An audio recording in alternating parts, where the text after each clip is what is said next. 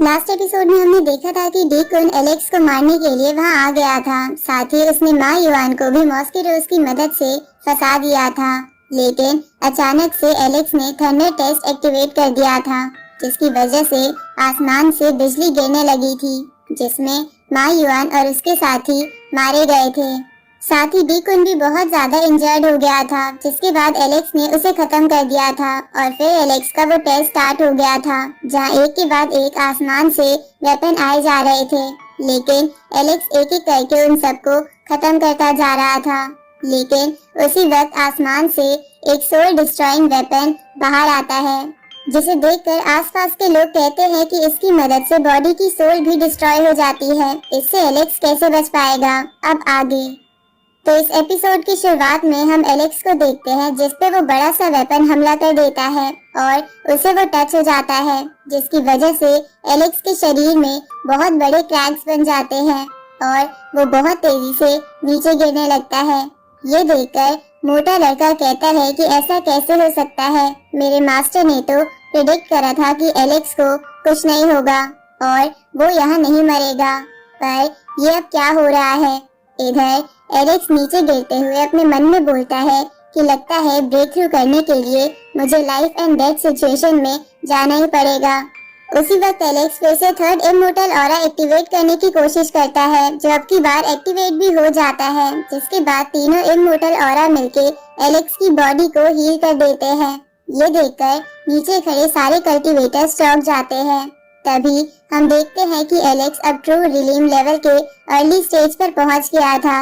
अब एलेक्स आसमान से थंडर और कल्टीवेशन ऑरा एब्जॉर्ब करने लगता है।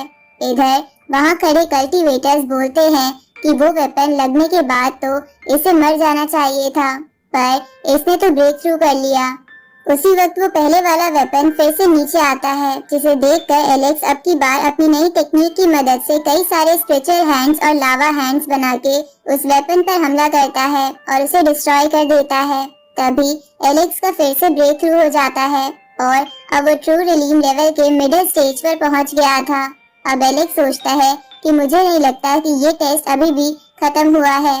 तभी आसमान से बहुत सारे थंडर मॉन्स्टर एलेक्स की तरफ आने लगते हैं, पर ऐसा होते ही एलेक्स का वो पापी खून वाला सिंबल भी आसमान में बहुत तेज चमकने लगता है, जिसे देखकर एलेक्स मन में बोलता है कि अचानक से ये सिंबल बाहर कैसे आ गया। लगता है ये सब कुछ मेरी ब्लड लाइन से रिलेटेड है। इसके बाद एलेक्स अपनी स्वॉर्ड निकाल लेता है और एक एक कर उन थंडर मॉन्स्टर्स को मारने लगता है।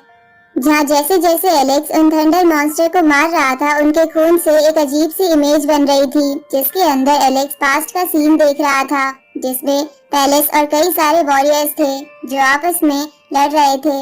ऐसा सीन एलेक्स ने पहले भी देखा हुआ था।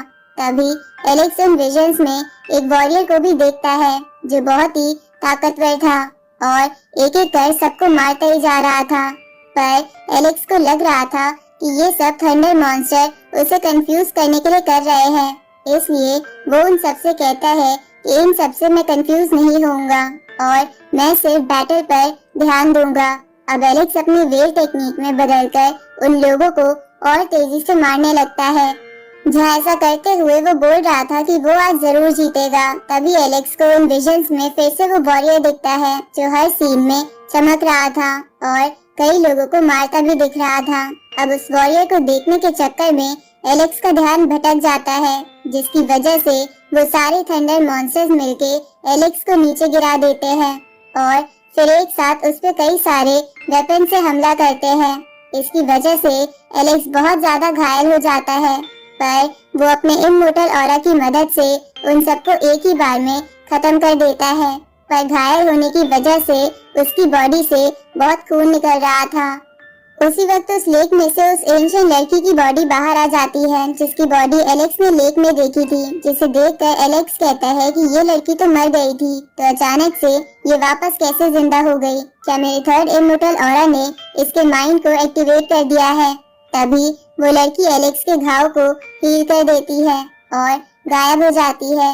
ये देखकर एलेक्स समझ आता है कि वो एंशिएंट लड़की की बॉडी नहीं बल्कि उसकी सोल थी, जो सिर्फ उसकी मदद करने के लिए अचानक से एक्टिवेट हो गई थी।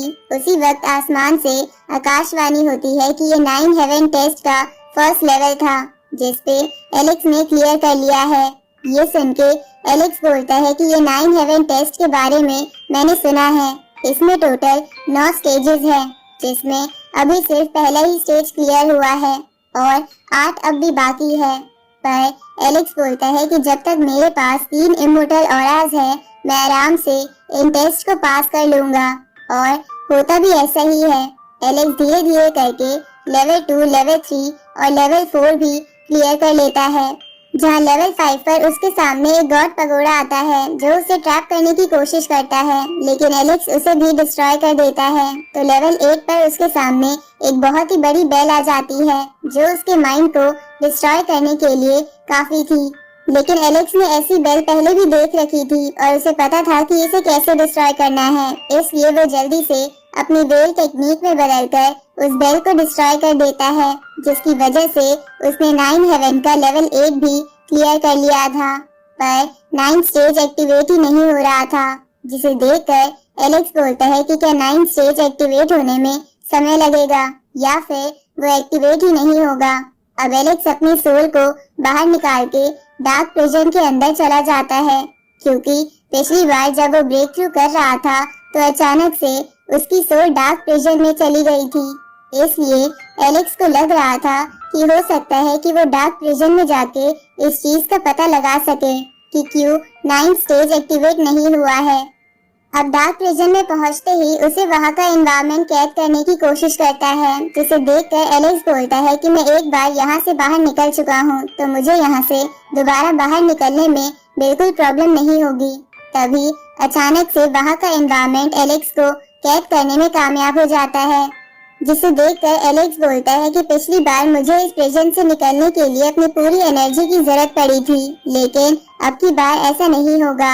अब एलेक्स अपने एक ही अटैक से उस प्रिजन को तोड़ के आजाद हो जाता है, जिसके बाद एलेक्स अपनी स्पेशल आई की मदद से आसपास देखने लगता है ताकि उसे 9 हेवन के बारे में कुछ पता लग सके। लेकिन उसे बाकी कुछ तो पता नहीं चलता, पर वो देखता है कि पास में कुछ एंशिएंट बीस्ट की सोल्स आपस में लड़ रही है। तभी एलेक्स का ध्यान दूसरी तरफ होने की वजह से डार्क प्रिजन का एनवायरनमेंट उसे फिर से पकड़ने की कोशिश करता है और एक टेंटिकल एलेक्स को पकड़ने में कामयाब भी हो जाता है।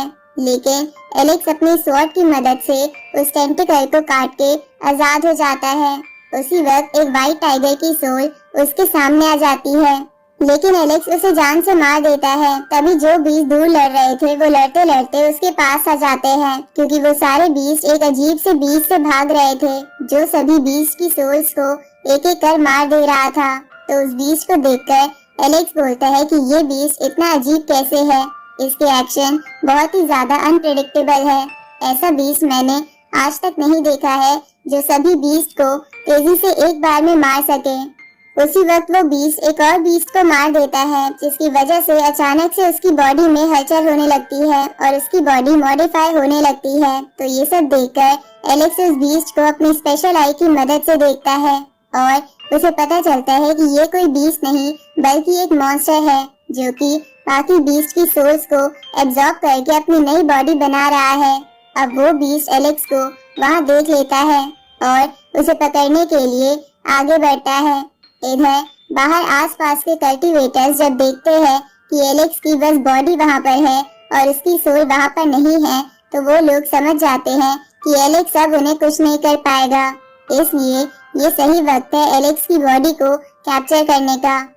अब वो सभी कल्टीवेटर्स एक साथ एलेक्स की जगह भागते हैं, लेकिन वो मोटा लड़का उन सबके सामने आ जाता है और बोलता है कि एलेक्स को मारने से पहले तुम्हें मेरा सामना करना होगा। ये सुन के एक कल्टीवेटर मोटे लड़के से कहता है कि क्या तुम अकेले हमारा सामना कर भी पाओगे। ये सुन के मोटा लड़का गुस्से में उन सब पर अपनी थर्ड किलिंग फॉर्मेशन से अटैक करता है, जिस स्वॉर्ड फॉर्मेशन से वो सभी कल्टीवेटर्स बचते हुए एलेक्स के करीब जाने लगते हैं। लेकिन एलेक्स के चारों तरफ एक थंडर बैरियर बना हुआ था, तो वो लोग अपनी एक स्वॉर्ड टेक्निक की मदद से उस बैरियर को तोड़ने की कोशिश करते हैं, लेकिन वो नहीं टूटता। साथ ही तभी कई सारे बीस्ट भी आकर उस बैरियर को तोड़ के एलेक्स की बॉडी कैप्चर करने की कोशिश करते हैं, लेकिन वो बैरियर फिर भी नहीं टूटता। ये देखकर मोटा लड़का थोड़ा रिलैक्स होता है और वो बोलता है कि लगता है ये थंडर बैरियर एलेक्स ने यहाँ से जाने से पहले बनाया होगा और इसकी वजह से कोई इसका कुछ नहीं बिगाड़ पाएगा। इसलिए वो वहाँ खड़े कल्टीवेटर से बोलता है कि क्या अभी भी किसी को मेरे भाई की बॉडी चाहिए, पर तुम ऐसा नहीं कर पाओगे, इसलिए चुपचाप यहाँ से भाग जाओ। उसी वक्त वो फेदर वाला बंदा जिसे हमने पहले देखा था वो अचानक से बहुत तेजी से भागते हुए उस बैरियर के पास आ जाता है और उसे क्रॉस कर लेता है। ये देखकर मोटा लड़का हैरान हो जाता है और बोलता है कि ये इस बैरियर को कैसे क्रॉस कर सकता है। तभी वो मोटा लड़का उस फेदर वाले बंदे के पास जाने की कोशिश करता है, लेकिन वो मोटा लड़का खुद भी उस बैरियर को क्रॉस नहीं कर पाता। ये देखकर मोटा लड़का कहता है कि लगता है ये फेदर वाला बंदा किसी तरह की टेक्निक का इस्तेमाल कर रहा है जिसकी वजह से ये थंडर बैरियर इसे डिटेक्ट ही नहीं कर पा रहा। अब वो फेदर वाला बंदा धीरे धीरे एलेक्स की बॉडी के पास जाने लगता है तो वो मोटा लड़का तेजी से चिल्लाते हुए कहता है कि एलेक्स जल्दी से जाग जाओ। इस तरफ एलेक्स की सोल उस बीस्ट से बच के भाग रही थी, जहाँ वो बीस्ट रास्ते में आते हुए हर उस बीस्ट को खाकर अपनी पावर बढ़ा रहा था। साथ ही वो एलेक्स की सोल पर भी लगातार हमला कर रहा था, लेकिन अपनी रीइंकार्नेशन स्वॉर्ड की मदद से एलेक्स हर बार बच जा रहा था।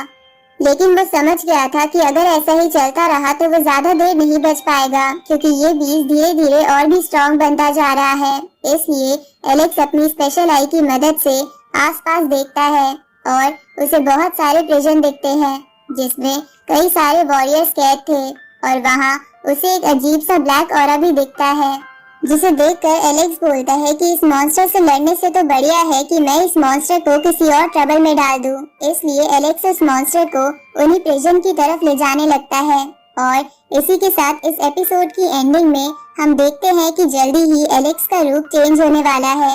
इसलिए उसका नया रूप देखने के लिए कौन कौन एक्साइटेड है कमेंट्स में जरूर लिखना एंड सब्सक्राइब करना मत भूलना।